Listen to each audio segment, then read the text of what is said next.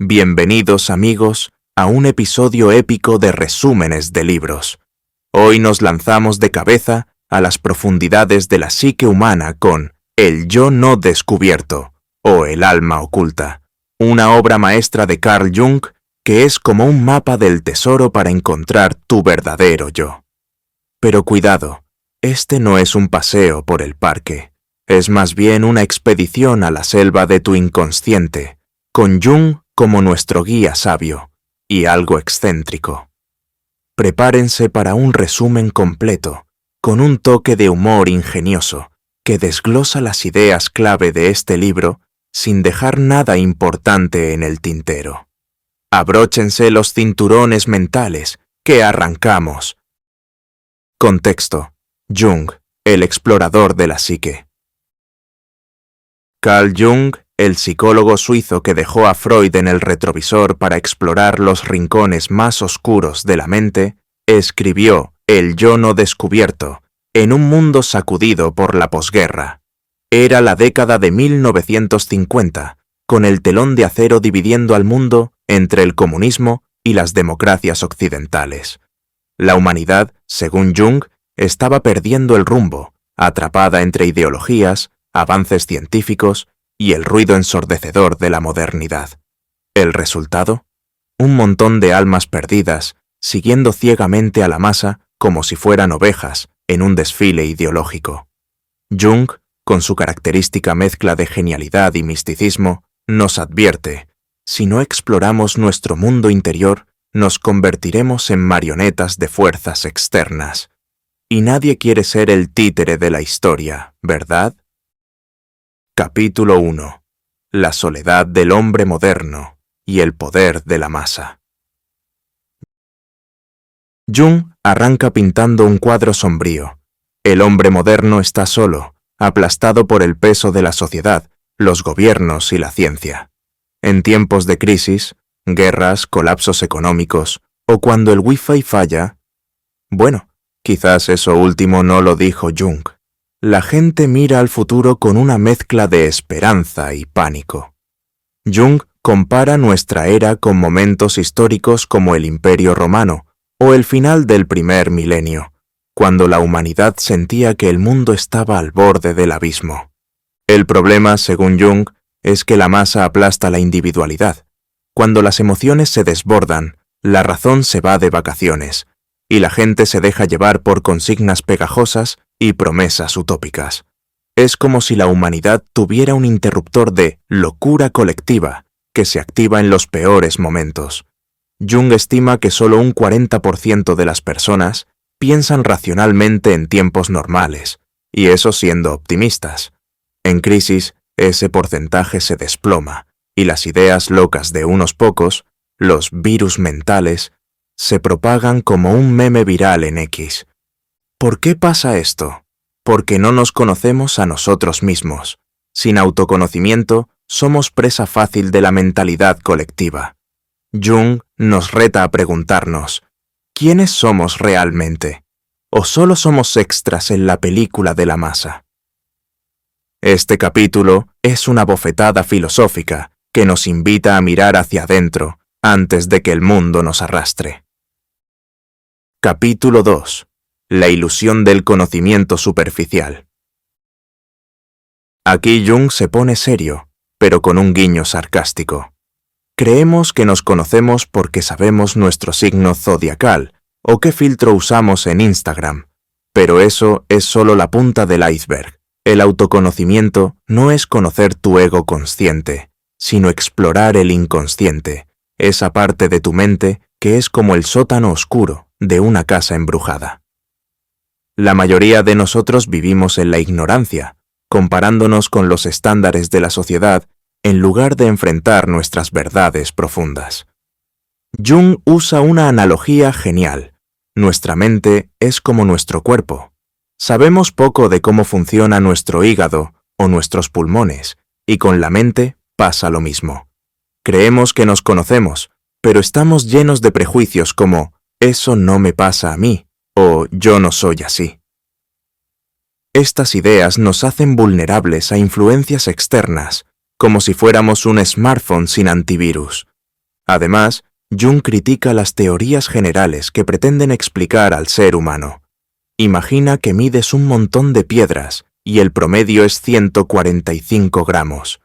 ¿Eso significa que todas pesan 145 gramos? No. La realidad está llena de excepciones, y el autoconocimiento se trata de abrazar tu singularidad, no de encajar en un promedio estadístico. Jung nos dice, olvídate de las teorías universales y empieza a explorar lo que te hace único. Spoiler, no es tu colección de memes. Capítulo 3. Conocimiento versus comprensión. Ahora Jung sube la apuesta con un enfrentamiento épico. Conocimiento científico versus comprensión humana. El conocimiento, dice, es genial para hacer generalizaciones sobre la humanidad. Viva la estadística. Pero pésimo para entender a una persona real. Si quieres comprender a alguien, tienes que tirar tus prejuicios científicos por la ventana y abrir tu mente como si fuera una aplicación de meditación. El problema es que el conocimiento científico es como el rockstar de la modernidad. Todos lo adoran.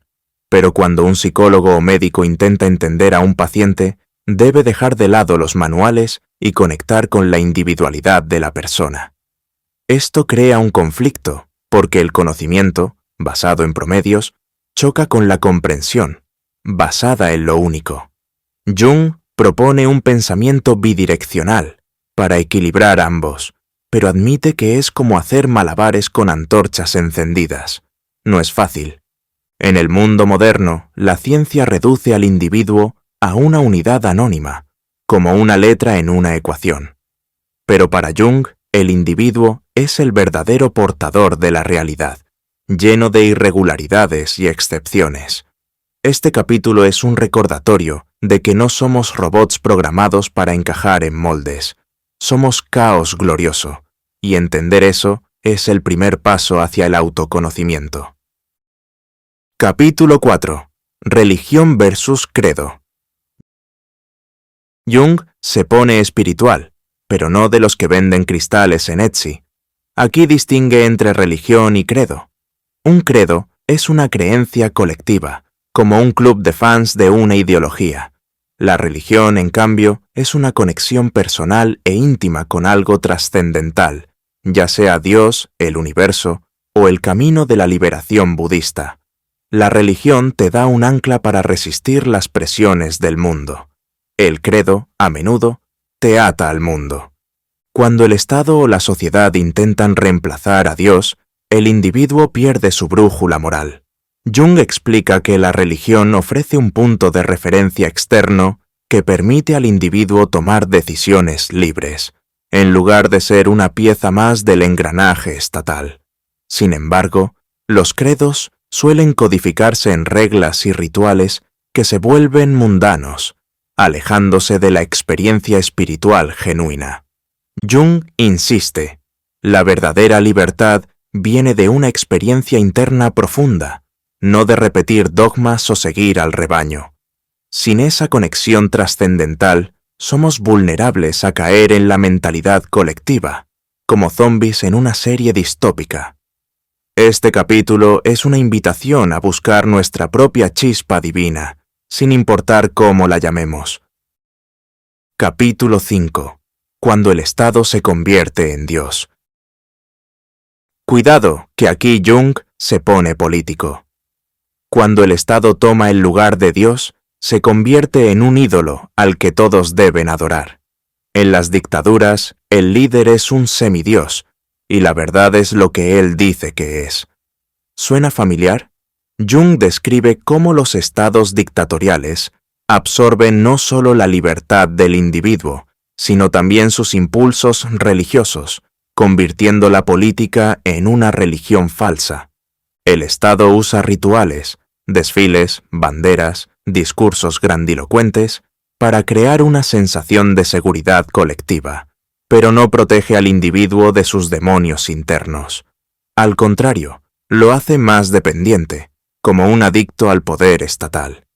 Jung advierte que este fanatismo aplasta la moralidad y la razón, reemplazándolas con mentiras y promesas vacías de prosperidad. La ironía, dice Jung, es que la religión y el Estado usan tácticas similares, rituales, símbolos, pero con fines opuestos. La religión busca liberar al individuo, el Estado, esclavizarlo. Este capítulo es un recordatorio escalofriante de lo que pasa cuando perdemos nuestra voz interior y dejamos que un sistema externo nos defina. Capítulo 6. El dilema de Occidente. Jung cierra con un análisis de Occidente, atrapado entre su herencia de derechos individuales y la amenaza de ideologías fanáticas. El comunismo promete comunidad, pero a costa de la libertad. Las iglesias occidentales, aunque libres, se han convertido en instituciones vacías, más preocupadas por la tradición que por la experiencia espiritual. Occidente confía demasiado en la razón y el materialismo, pero estos no son suficientes contra el fanatismo emocional. Jung sugiere que la única defensa es una creencia poderosa, no materialista, basada en una experiencia religiosa personal. Pero aquí está el problema. Occidente carece de esa fe unificada. Las iglesias están divididas, y la fe a menudo es ciega, no vivida. Jung no ofrece soluciones fáciles, pero insiste en que la verdadera batalla está dentro de cada individuo. Si queremos resistir la marea de la mentalidad colectiva, debemos encontrar nuestra propia verdad interna. Es como si Jung nos dijera: no busques héroes afuera. El héroe eres tú, pero primero tienes que encontrar tu espada, o sea, tu alma. Capítulo 7. El individuo conociéndose a sí mismo. Un enigma y una necesidad. Jung nos mete de lleno en el misterio del ser humano, que es como un rompecabezas cósmico que ni él mismo puede armar. ¿Por qué? Porque el autoconocimiento es tan escurridizo como tratar de atrapar un pez con las manos enjabonadas. Occidente, con su obsesión por la ciencia, el materialismo y las masas, nos ha alejado de nuestra esencia interior. Jung compara los ideales occidentales con el marxismo. Ambos, aunque parezca mentira, terminan en el mismo callejón sin salida, donde el individuo es reducido a un número insignificante. Vaya ironía. El ser humano, que ha conquistado el espacio y el tiempo con máquinas, es esclavo de ellas, temblando ante la tecnología de guerra que debería protegerlo. Y encima, abrazamos ideas que convierten nuestra libertad en una broma de mal gusto. Jung señala que el ser humano es un enigma porque no tiene con qué compararse. Somos únicos en este planeta, sin un espejo alienígena que nos ayude a entendernos.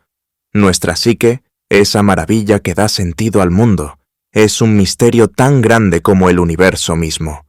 La psicología, la ciencia más joven, lucha por descifrarla, atrapada entre prejuicios que la ven como un subproducto del cerebro o como algo místico e inalcanzable. Pero Jung insiste, la psique no es solo un apéndice bioquímico, es un principio cósmico, la cuna de la conciencia, sin la cual el mundo no existiría. Y el portador de esta conciencia es el individuo, preformado por la psique desde la infancia. Sin embargo, el miedo al inconsciente y la obsesión por lo externo nos alejan de este tesoro interior. Prepárense, porque este miedo será el villano principal del próximo capítulo. Capítulo 8. El miedo a lo desconocido. Los desafíos y responsabilidades de la psicología. Aquí Jung se pone serio y nos enfrenta al elefante en la habitación, el miedo al inconsciente. Este miedo es tan grande que incluso Freud, el gurú del psicoanálisis, lo sintió y convirtió su teoría sexual en un dogma para protegerse de la marea negra del ocultismo. Sí, hasta Freud tenía pesadillas con lo que podría salir del sótano de la mente. Jung explica que el inconsciente está lleno de arquetipos, formas ancestrales que nos conectan con lo luminoso, lo sagrado, pero que también dan un susto de campeonato.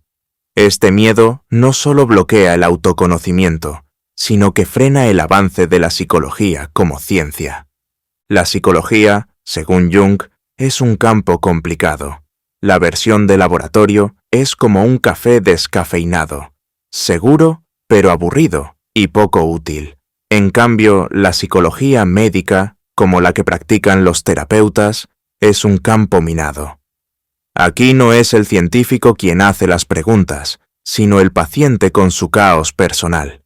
El terapeuta debe equilibrar conocimiento objetivo y comprensión subjetiva, navegando por el pantano de la transferencia y contratransferencia. Si se pasa de empático, ambos pueden terminar perdidos en un abrazo emocional sin salida. Si se queda en lo frío y objetivo, no conecta con el paciente. Es como caminar en una cuerda floja mientras haces malabares con antorchas encendidas. Jung también critica la tendencia a imponer creencias colectivas al individuo, como si un sermón pudiera arreglar el alma. Esto solo genera resistencia. El terapeuta debe ser un defensor de la individualidad, respetando los rasgos únicos del paciente sin ahogarlo en deberías y tienes que. Pero cuidado, liberar la individualidad no significa desatar el caos. La mayoría de las personas, dice Jung con un guiño, son demasiado cobardes para volverse anarquistas. El verdadero desafío es ayudar al paciente a enfrentar sus impulsos internos sin perderse en ellos. Capítulo 9. Encontrar el propio camino. El equilibrio entre la individualidad y la sociedad. Ahora Jung nos lleva al ring donde se enfrentan el individuo y la sociedad. La sociedad, con su amor por las masas y las organizaciones, aplasta la individualidad como si fuera una cucaracha. Pero, sorpresa, una sociedad de individuos desindividualizados es presa fácil para dictadores y tiranos. Jung lo pone claro: 1.000.000 de ceros no suman 1. La fuerza está en la calidad del individuo, no en la cantidad de la multitud.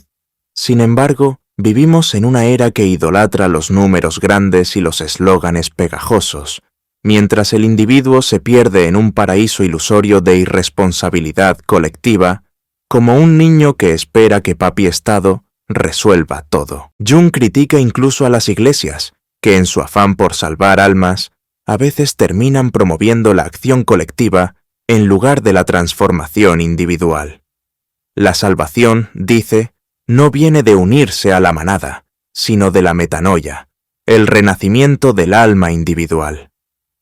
Jesús y Pablo no seguían a la multitud, confiaban en su experiencia interna, incluso cuando todos les daban la espalda. El individuo debe encontrar su propio camino, no imitar ciegamente la tradición o las normas colectivas.